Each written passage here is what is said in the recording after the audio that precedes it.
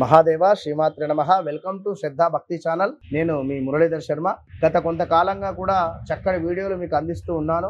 మరి ఇప్పుడు శ్రద్ధా భక్తి ఛానల్ రూపకంగా నా పర్సనల్ ఛానల్గా నేను మీ ముందుకు రావడం జరుగుతూ ఉన్నది కనుక ప్రేక్షకులు తప్పకుండా కూడా నన్ను ఆదరించాలని చెప్పి కోరుకుంటూ మరి ద్వాదశ రాశులలో ఇప్పుడు కన్యా రాశి గురించి చూసుకుందాం.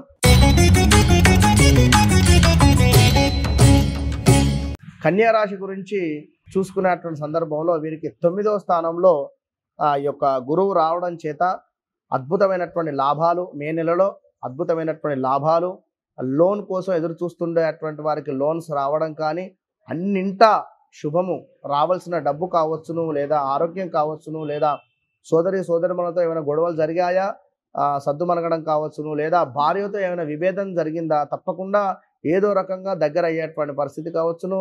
ఇంకా చూసుకున్నట్టయితే మీ తల్లిగారికి చక్కటి హెల్త్, ఆరోగ్యం కానీ, తల్లి కానీ తండ్రికి కానీ మంచి ఆరోగ్యంగా ఉండేటువంటి పరిస్థితి. గత 1.5 ఇయర్ నుండి మీ తండ్రి గారికి బాగాలేదు, మీకు కూడా బాగాలేదు అనేటువంటి విషయాన్ని గమనించుకోండి.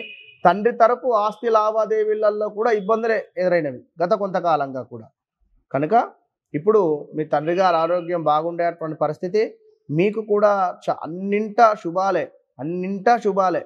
ఇక ఇది ఒకటి మైనస్, అది మైనస్ అనేది ఏదీ లేదు. వివాహం కాని వారికి వివాహం జరగడం కానీ, సంతానం కాని వారికి సంతానం జరగడం కానీ, ఆ యొక్క మెడికల్ రంగంలో ఉండేటువంటి వారికి అయితే చాలా అద్భుతంగా ఉంది. మొత్తం మీద కన్యా రాశి వారికి 100కు 75% బాగుంది. మీరు ధర్మంగా ఉండండి, మంచి ఫలితాన్ని పొందండి. మహాదేవ శ్రీమాత్రే నమః.